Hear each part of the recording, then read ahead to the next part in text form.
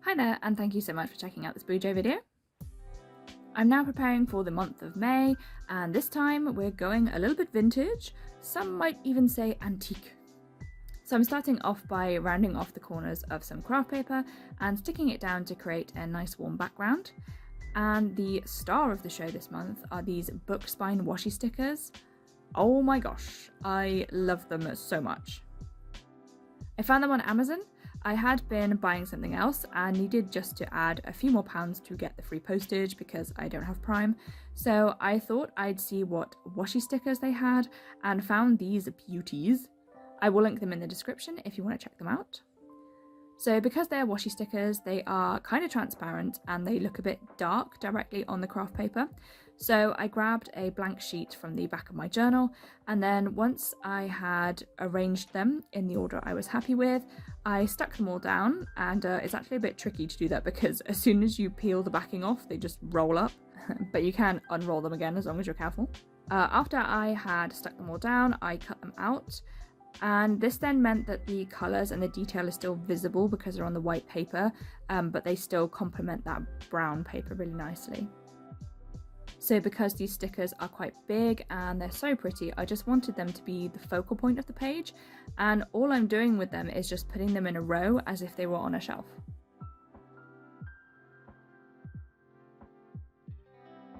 For the title, I have these really cool antique looking letters, and I've had them for years. I don't even remember where I got them, but I think they are perfect for this theme. They look very bookish.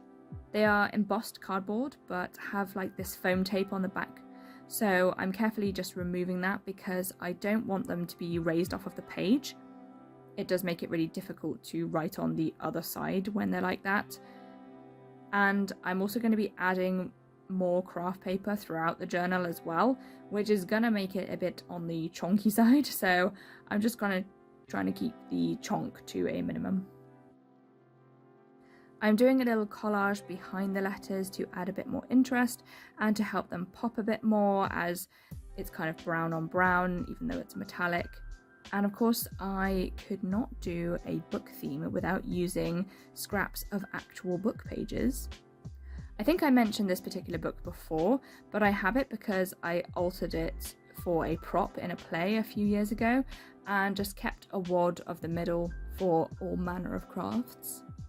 But I love it. It's from 1936 and it's not a fiction book. It's called The Secretary, and it was definitely for office use. So it's not something that's going to live on and be reprinted, as it was only useful at the time. So I love that it just gets another purpose and to become part of some creative project. So I layered the book page with 3 other washi tapes and then also added a couple of stickers that have an antique-y look to them. And that's pretty much it for the front cover. The only thing I added was a darker brown line under the row of books so that it suggests being on a shelf and they aren't just randomly floating on the page.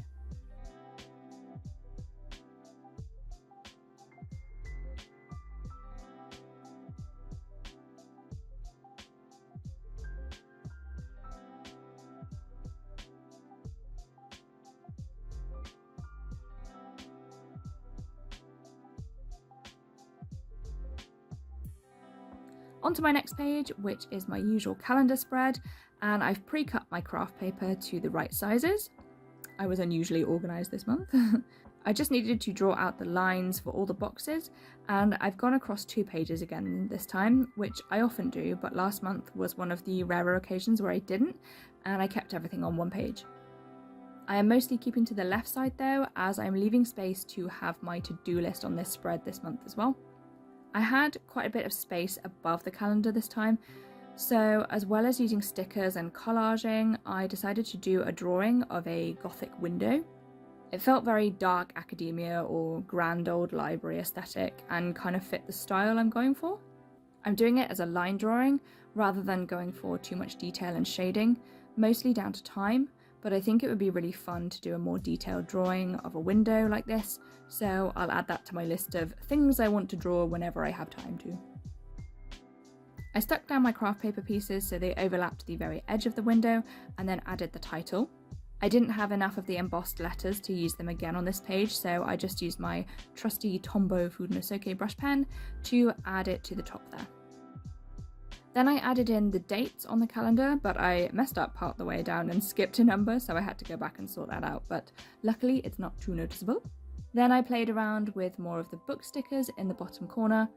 I wanted a couple standing up, but also a couple lying down on their side, and throughout the rest of the pages in the setup I also stack them in different ways so that they're not just always up on their ends. Towards the gap at the top I added another book page scrap and some washi, and this quill washi sticker which I cut out from a bigger sticker that came with another set. So when I bought these, it actually came with 3 sets. The book spines were one, and then there was also a sort of vintage writing aesthetic set which also had a bunch of rulers or measuring tape stickers as well, which is pretty cool, and I did use a few of them from that set too. And then the third set had a vintage astronomy aesthetic to it, which I also really like, but I'm not going to use it in this setup. However, I will definitely use them at some point. For the to-do list on the right side of the page, I took some parchment paper which has this creamy colour and a slightly mottled looking texture, but it's actually completely smooth, so great to write on, but designed to look like ye olde paper. I rounded off the corners and I wanted to make it look like a vintage library, like sign out sheet. I had found a reference one online and copied it, so I made the top into a title which would have been the book title, but obviously I called it to-do list. Then in the column where the date would have been stamped will be where I tick off the tasks, and then under the issued to section that would have been where people signed off to say that they borrowed the book, but I will of course write the tasks in that section.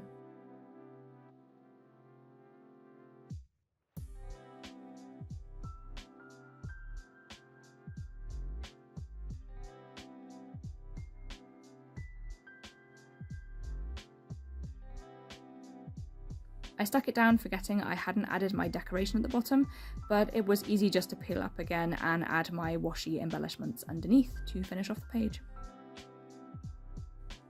The next spread is for my habits and trackers. Again, I have pre-cut my craft paper and just need to draw in all the lines before sticking them down. The top one will be for tracking plant watering. I just mark off when I water them, as sometimes I get a little bit carried away and overwater, especially at this time of year. The weather is changing and starting to get warmer, so I definitely need to keep on top of that.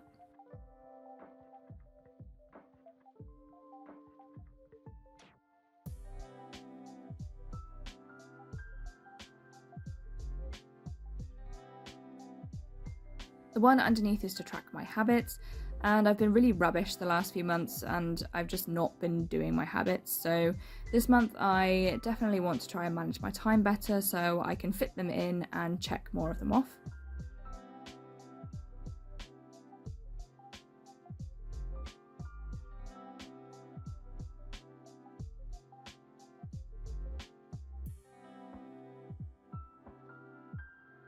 In the lower corner I'm adding some more book stickers and putting one on an angle just to mix it up a little bit.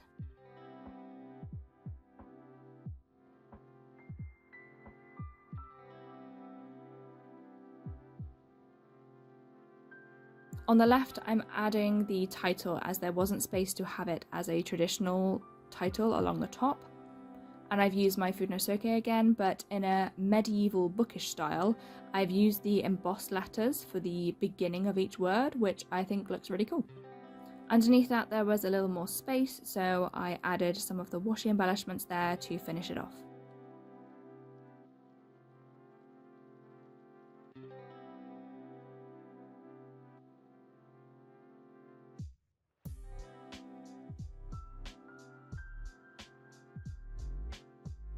The next page is going to be for a little quote.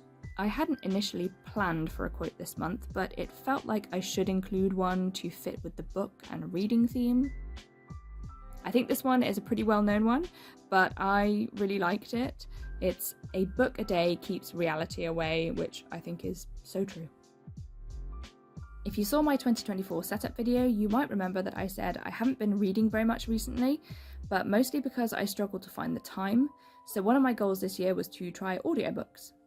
I wasn't sure if I would get on with them. For some reason, I kind of thought I wouldn't really like them, but I can confirm that finally I have started listening to a book, and it did take me a little while to get used to it, but now I am definitely converted and I can see myself listening to lots more in the future.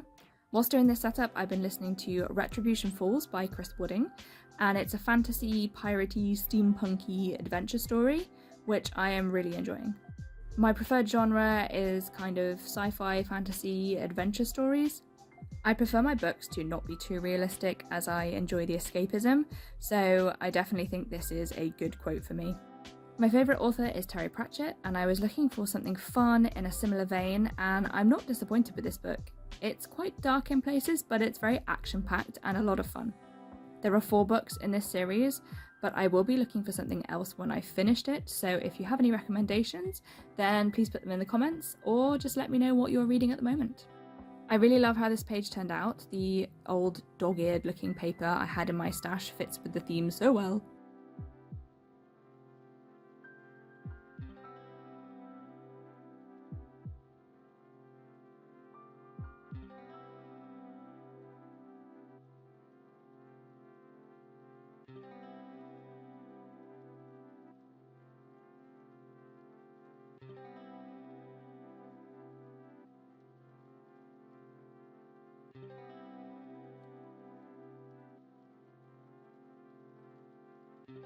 The next page is for my gratitude log, and it's a super simple one, mainly because there's not enough room for embellishments, so it's good that the page next to it is much more decorative.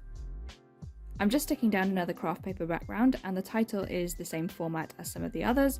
I'm doing the brush lettering for most of the word, and the first letter is the embossed bronze G. As is my usual layout, I add the dates of the month down the left, and then write something each day that I am grateful for. I was thinking about this the other day, and I don't think I've ever done a different layout for the gratitude log, but I was toying with the idea of doing a box layout, so maybe I might go for that next month. Okay, now I'm starting my weekly spreads, and I'm doing the parchment paper again to create the look of a book within a book, if that makes sense. I've cut the paper down to the right size, and I'm marking out 7 rows for each day of the week, and having 1 column for the date to be added. I don't know why it makes such a difference, but I think doing the double line really gives a different feel, like maybe it's an exercise book or something. It's such a small detail, but seems to give a different feel than if it was just a single line.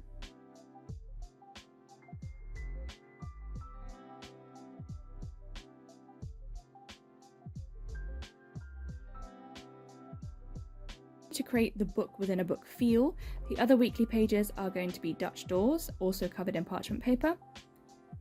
It saves me a lot of time on the decoration, as I only need to add embellishments to the first and last pages.